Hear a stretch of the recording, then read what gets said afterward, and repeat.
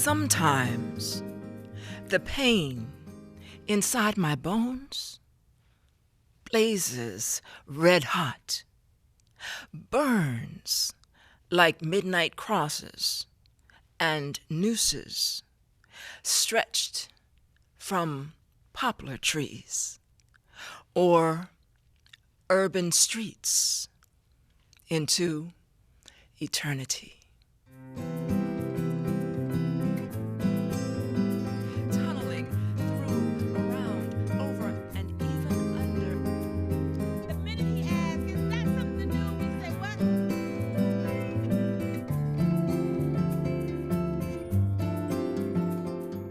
Well, good afternoon and welcome to Sojourn with Words. I'm your host, Sistah Joy, and I am excited because today I have a dear friend and a great poet in studio with us. I'm speaking of none other than Diane Wilbon Parks. And Diane is very well known throughout the Prince George's community, and increasingly so now that these days she can be found on tour with the Prince George's Poetry Poster Project. Of course, that's just one of many accolades that she has. She is the author of The Wisdom of Blue Apples. That's her most recent collection, but not her only. Now, Diane is not only a poet, she is also, of course, an author, but also a visual artist. The beautiful art that you see behind us here on set is by Diane Wilbon Parks. Diane, welcome to Sojourn with Words. Thank you, Sistah Joy. Thank you so much for having me. I look forward to this time with you. Thank you. Now, as I mentioned, she is one of 6 poets with the Prince George's Poetry Poster Project, which has been traveling around the county and actually slightly beyond the county as well. She's been a featured poet at many of the venues throughout the DMV, not just in Prince George's County. And she's, of note, been featured on Grace Cavalari's The Poet and the Poem. Tell us, what was that like? I remember. Yes, that was so enjoyable, actually going into having an interview with Joyce. And where? Tell the guests where that was. Oh, it was at the Library of Congress, yes. Where Grace and I spoke over the book. As a matter of fact, that was the first interview I had when I just first published The Wisdom of Blue Apples. Okay, Yeah. now The Wisdom of Blue Apples. That's an intriguing title. How did you come up with The Wisdom of Blue Apples? Well, blue signifies loyalty and trust. It is a spiritual word as well. Okay. So trust, wisdom, health also. And it's a calming. I think that most people know that blue calms the spirit. So having come to a place of writing, I think when we really do what it is that we're purposed to do, I think that you become blue is when you're actually maximizing your gifts and multiplying so that it can feed others. I think you're blue is when you're actually working in your gifts. Working in your gift. Okay, now you said when you come to your writing, when you come to poetry, I know that you have a background, let's see, you were with the U.S. Air Force, you're a veteran, and you also hold a degree in information systems management. Was this all connected, or was this a journey that you at one time were with doing work in the Air Force, or how did that connect you to poetry? Well, actually, I started writing when I was very young, Okay. and actually, when I was stationed in England, I started writing poetry, and that was in 1987 that I really started writing a lot of poetry. I was a little bit isolated from my family being overseas, Right. and it became my friend. Your friend. Okay. It did. Okay. Yes. So did your journey? Did your journey as with the military carry you around the world, or was it just that one time away from family in England?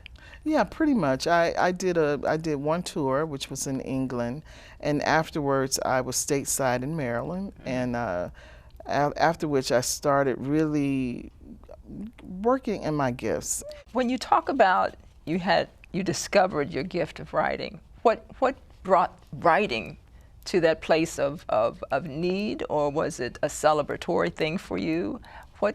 How did you discover the gift of writing? I think that writing for me has always been available to me. It's the thing that has been most available to me when I'm alone, or again when I was overseas. But I started writing when I was 11 years old. Okay. So it wasn't, foreign to me, but I write sometimes out of need, and obviously it's very pleasurable for me to be able to create words. Okay. Do you journal? I do journal. Okay. Every day. Oh, every day. Every day. Now that's a discipline I've not mastered. Yes. Absolutely. Okay, so now you chose poetry over novels, prose writing. Why poetry? Poetry, I live in a rigid world, being I was an engineer before, and now I'm an IT program manager. So poetry, for me, I'm not looking at rules or procedures or processes. It gives me the freedom to really express myself without having to, be inside of a block or a box. Okay. It gives me the ability to kind of run and with words. I love it. So now back to your book, The Wisdom of Blue Apples. What can our viewers expect to find inside that book? We know there's wisdom. We know there's going to be profound wisdom. Yes. Well, I believe that that most folks that pick up this book will find enlightenment. Okay. There are little wisdom nuggets throughout the book, which is very unique in a poetry book, and those little wisdom nuggets are poetic. So I think for us to come to a place of wisdom, we have to have a journey. So this book covers everything. It covers everything. There is a lot of growth that takes place, a lot of exposure to truth. And it's very whimsical because I am a metaphoric writer. So it's very whimsical. And I think that there's an opportunity for everyone to be able to find themselves inside this book. Okay. Now, there's knowledge and there's wisdom. What constitutes wisdom for you? For me, I think it's a place of experience and exposure. And sometimes knowledge, you can certainly find that in a book, but exposure and experience really takes us to a place of wisdom and lessons. Okay, okay. And what are you working on next? I am actually working on another chapbook of poems, and I'm also working on children's books that sometimes have poetry in them. Okay, children's books. Okay, so who are your influences? Well, I have to say that I really enjoy the work of Gwendolyn Brooks. I also like Rita Dove. Okay. And I'm sorry. No, go right ahead. But there are a number. Nikki Giovanni. I could go on and on. Okay. Yes. Are you part of a community of writers? Is there any particular group of artists or writers? I have to include visual artists as well, since you're one of those mega talented individuals. Well, I do. I'm starting a couple of poetry circles, but one of the alliances that you and I are both in is the South County Arts Alliance that we are starting, which has we have so many talented and gifted artists and poets in this group. Yes, so South County Arts Alliance. We definitely want the Prince George's residents and viewers to keep your ears tuned. You'll be hearing more about the South County Arts Alliance because we're coming onto the scene, and I'm very honored that Diane Wilbon Parks is one of the members of that group, and we're thrilled that she's representing both the visual artist as well as the written word in that. So you'll be hearing more. Now, when you talk about the significant thing, you talked about metaphor, and I know that very much is a part of your approach to writing. Why do you feel metaphor works for your particular style? Because if you look at my art is abstract. And sometimes For me, I want the reader to be invested in the work. So using metaphors, it requires a different kind of reader to really invest in understanding the piece that I'm working on. Okay. So is there a current favorite book that you're invested in right now, that you're reading and enjoying? Well, I've read so many books over the years, but the one book that I'm enjoying and still enjoying, I've had it for quite some time, is by Rita Dove. Okay. Rita Dove is certainly one. I love her Thomas and Beulah. I mean, so many works by the former National Poet Laureate. So we certainly encourage our viewers to check out the works by Rita Dove. Certainly you'll see why the influences are great among many writers, certainly not just Diane Wilbon Parks. And Diane, again, where can people get your book? Well, they can both get it at Amazon and Barnes and Nobles. Okay. Yeah. Okay. So it's at Amazon. The Wisdom of Blue Apples by Diane Wilbon Parks. And we know we're going to hear some of the poems from that book today, but we're looking forward to hearing poetry from Diane, whether it's from that book or, I understand, now what was your previous book title? It's called Rearview Thoughts. Rearview Thoughts as well. Is that still available commercially? It is not, but it can Okay. be ordered through me, Okay.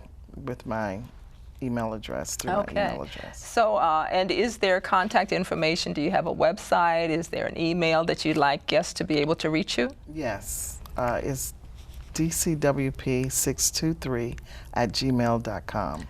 dcwp623@gmail.com. Yes. Okay, viewers, you've heard Diane Wilbon Parks. Now we're going to hear some poetry from this young lady, and I think you'll understand why she's a guest on our show. You came to me with loose feet and a heart big enough to hold rooms. Your wings could never be still. You flew into my sheets, inside me, my life, my quiet, my storm, my hopeless, my now, my wait, my echo, waits, promises to chase me and bring me back to my wait, the place you leave feathers. I flutter inside the kind of blue that choose to be left alone.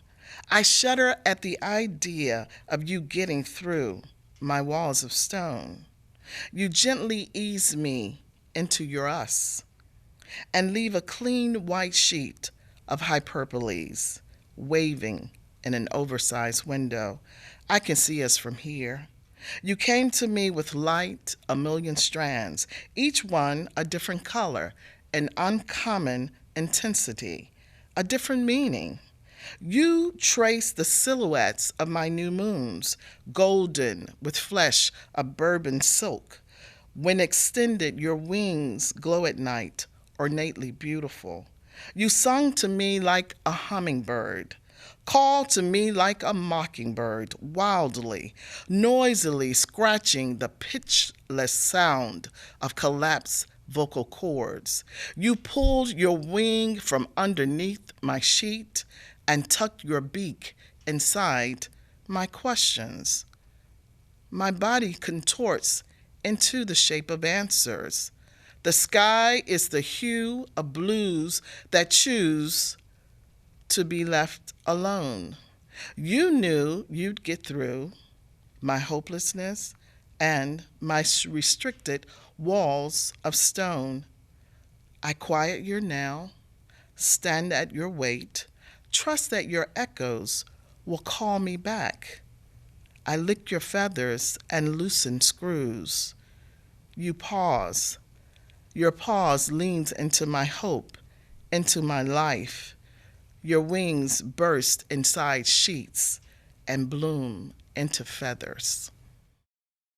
So we're going to make sure that the poetry is representing all of Diane, because she's very diverse in her approach to writing. She has whimsical, she has serious political, she has poetry that is from deep within her soul. So the poetry is representing not just Diane herself, but really the generation of poets that she is of. Many times we hear poets that speak in a voice reminiscent of days and eras gone by. I think Diane's poetry speaks to today's issues and speaks as a poet of contemporary times. So I'm very honored to have you here. Certainly our viewers can be in touch with you online, and I'm hoping that if they don't contact you, they'll contact me, Sistah Joy. Simply my website, www.sistahjoy.com. Be in touch. Let us know what you think about Sojourn with the Words, and let us know what you think about Diane Wilbon Parks. Thank you so much. Now, how about some poetry?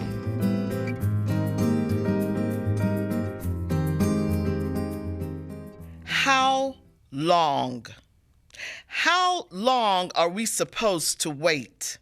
How long are we expected to pile on, pull over, pull back, push past the pungent odor of injustice? Our patience is pregnant with pain and frustration and the preoccupation of postponements, yet we dream.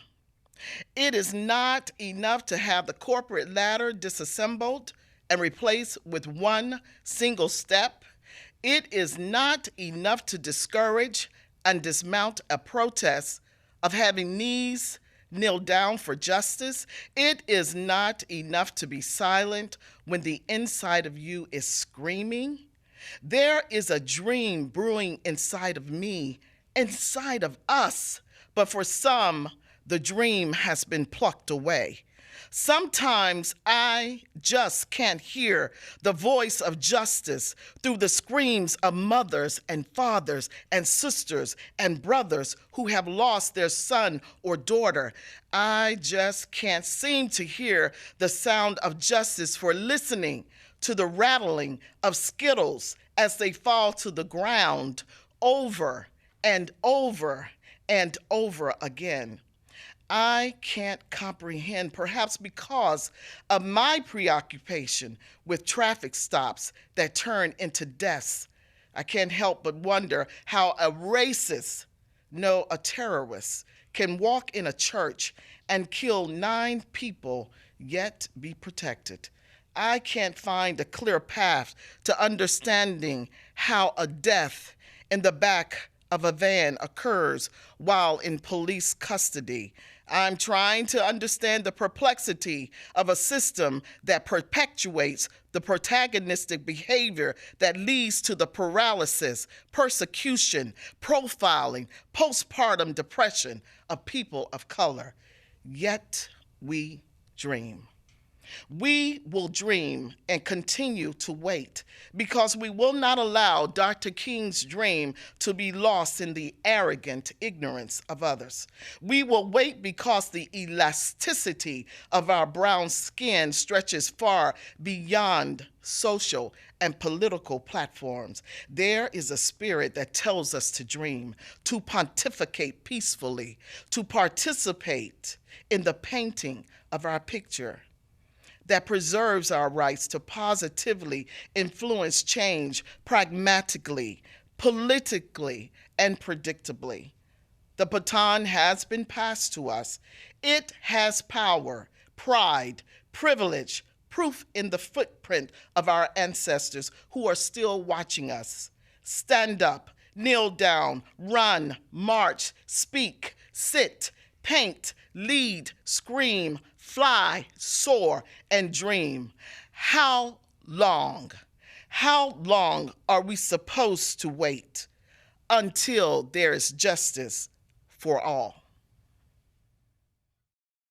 Though the bitter cold winters tear away at the husk of my skin, I dare not leave me whole in hand. The winter wolves had their way with me, but I'm still whole. I crawl from the basement of me, of cold lessons, of brittle disappointments, of pain, to practice being better next time. A new me, a new attitude. Though the climate change, people change, things change, I cannot lose me in the evolution of this growth spurt. Is this survival of the fittest me? I appear speckled with wings. I feel like I'm on Galapagos Island. Am I a finch or a moth? Though the heat is unbearable, I will not leave me. Though I may be unrecognizable, I will not lose me. Many have left, gave my heart away each time, but was giving a rock in return, made me hard. But I refuse to lose myself. I dare not leave me. There are way too many second chances, but just enough for one more dress rehearsal. I must practice being better at being me, practice carrying the heart of hope and the dreams that anticipate legs long enough to run with the gift of hellos. How are you?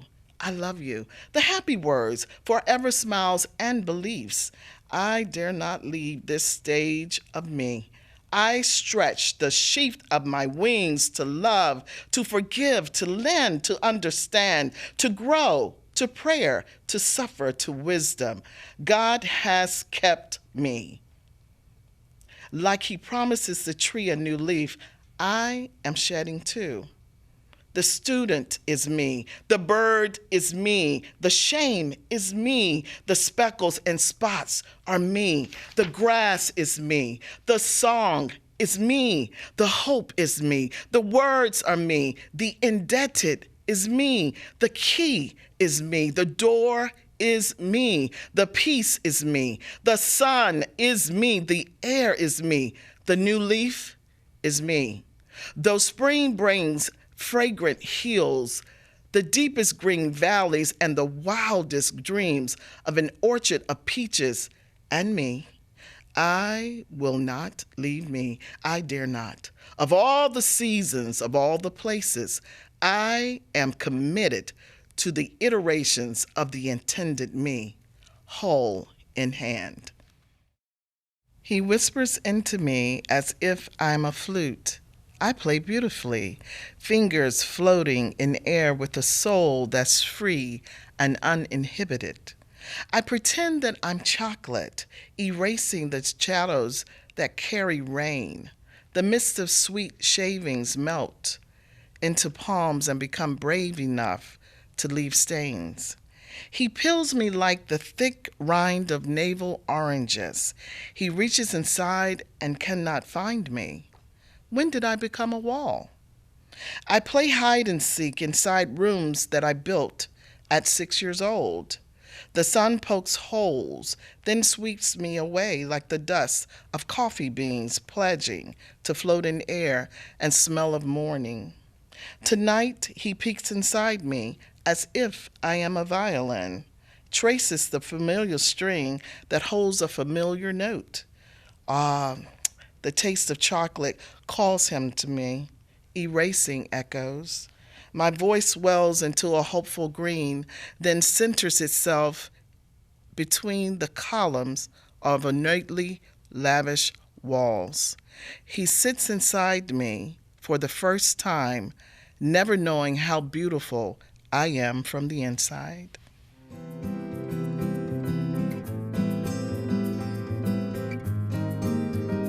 Okay, well, that's another episode of Sojourn with Words. We've had a wonderful guest poet in, Diane Wilbon Parks. Thank you for tuning in. Be sure to let your neighbors know about Sojourn with Words. And hey, if you know a poet that we might want to present to our viewers, be sure to be in touch. Sojourn with Words, the premier poetry program in Prince George's County, always right here on CTV.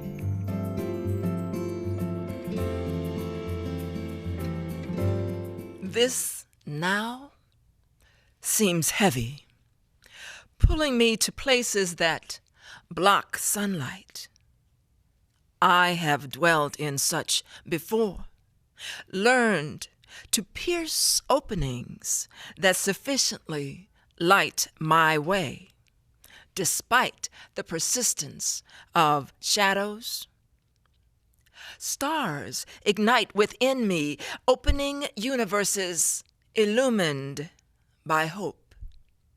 This is how it begins. I catch hope of faith's rope, swing to plateaus made safe for landing by searching souls such as mine.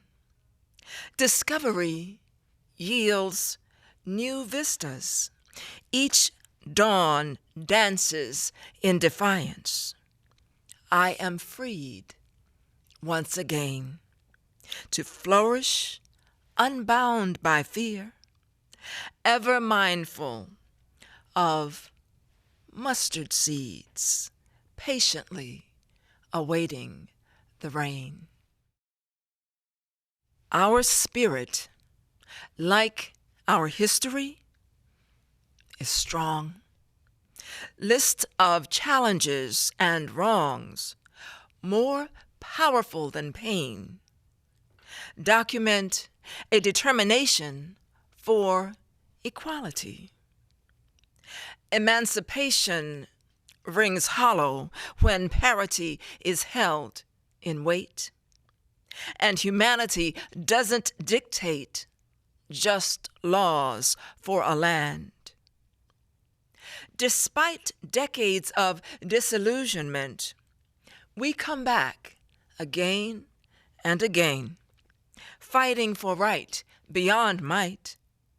The parchment proclaimed it so, yet tests of time show appeasement to be the promised gift. Until her words be true for all, the ripples and furls of her flag only cripple and hurl her masses headlong into never-ending nightmares. For false proclamation is worse than none.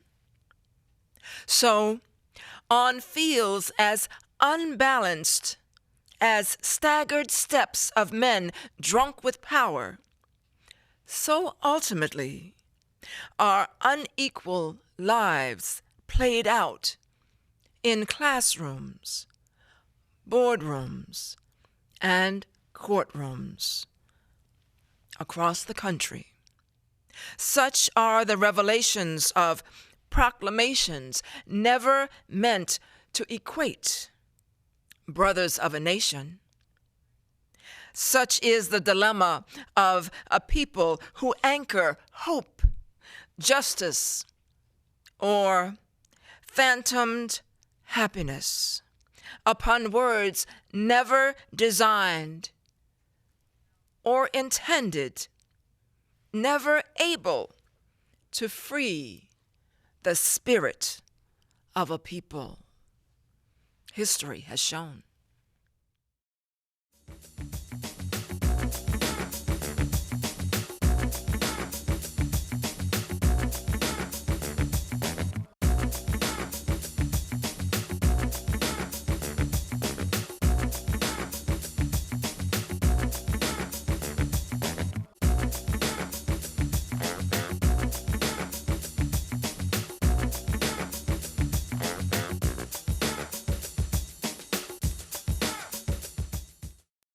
No doubt you're going places, young lady. Thank you. And thank you for the interview as well. I can imagine it was the last thing that you wanted to do after such a long campaign meeting. You really are a very intelligent young woman. You're very smooth.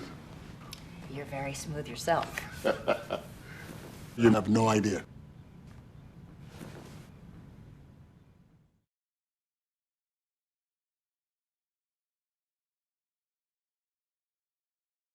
When I was in high school, I was physically at school, but my mind wasn't at school. I had problems at home, and that's hard when you feel like you're doing it alone. That's when I met an artist, my mom, as I'll call her. She started helping me a little bit, like, Nia, I don't know what you're doing with your life, but your future is more important. She's my strength. Just being a support for those hard days and those hard nights, not giving up on me. Thank you to my mama. I wouldn't have did this if it wasn't for her. Today is for my mama and everybody who had my back. It takes a village to help somebody get their diploma. Some people would think, well, maybe it's really not that big of a deal, but it really is. It changes your whole life.